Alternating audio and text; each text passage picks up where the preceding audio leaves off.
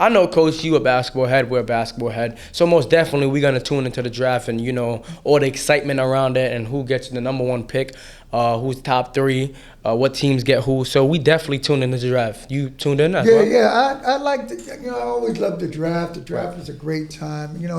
I actually like to see who makes it in the second round.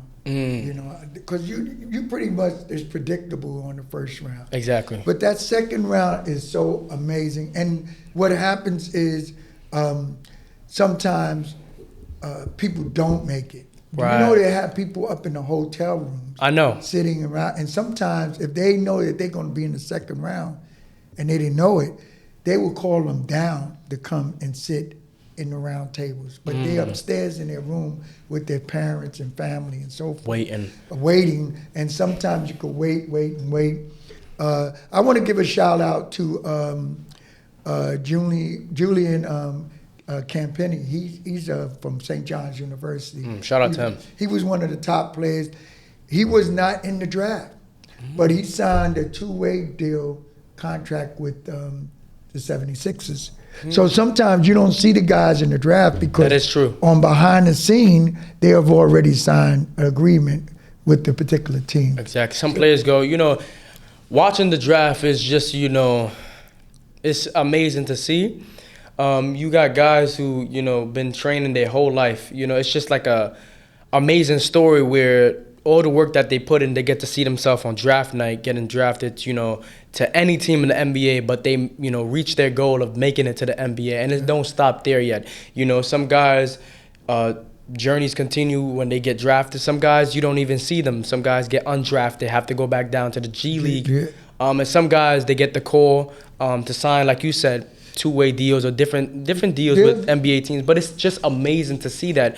And the tears of joy, exactly. happiness, and so forth is very important. So a lot of times, remember the percentage of high school basketball players and college players that go on to become pros is so small. Exactly. The chances of getting in, what we got, about 400 or 500 players, right. Plus the G League now, which they expanded a little bit. Yeah, the G League. You got people from all over the world that is attempting to get in there. So you got your work cut out, son. Yep.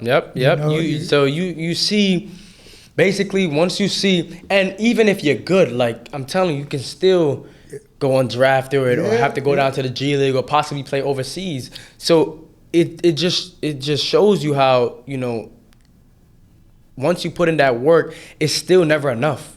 There's more work that needs to be done. There's no guarantee. Exactly. There's more. Even if you put in the most, you just don't know the outcome. But you know how much work you put in and how you dedicated yourself, to get a step closer to reaching your dreams. So that's why it's so important.